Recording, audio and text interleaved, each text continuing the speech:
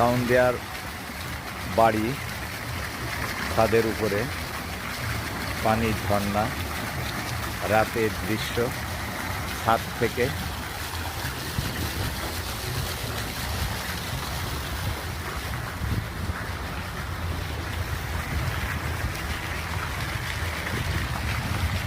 পাশে নদী, তারই পাশে একখণ্ড বাড়ি, বাড়ির ছাদে সুইমিং পুল, পানির ঝর্ণা,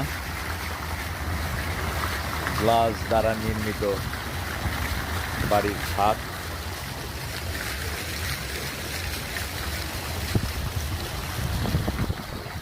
সকলের কাছে দোয়া চাই বাড়িটি যেন ইবাদতের অংশ হিসেবে আল্লাহ পাক কবুল করেন। আর উপরে একটু বসার জন্য জায়গা তৈরি করা, এই আর কি। আল্লাহ পাক বরকত দান করুন, আমিন।